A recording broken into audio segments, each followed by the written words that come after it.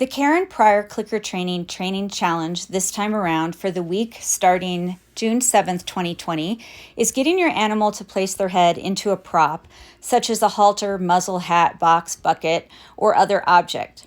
Captain Pike is a 2.5-year-old Morelia Bredli, very experienced with target training.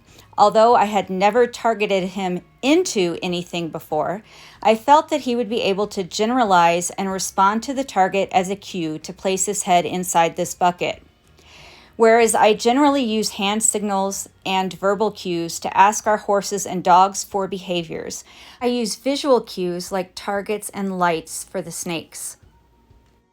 Since I did not use this behavior to completely shift Captain Pike out of his enclosure to a station or a temporary holding area, as I usually do, I go ahead and move him back into his enclosure where he can eat in a safe location.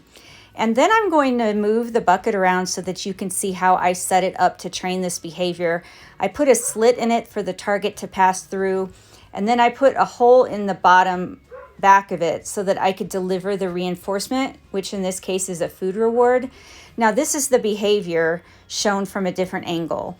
It's the same session, but I had a second camera set up to film the session from just a slightly different angle than the other camera so that you could see how Captain Pike was placing his head inside and how I utilized the slit in the bucket to slide the target down, and then I delivered the food reinforcer from the back.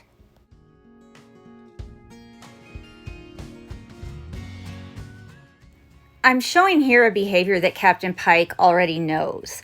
So he already knows how to follow the target to locations as well as recognize it as a cue to shift to a station. And that's what you're seeing here.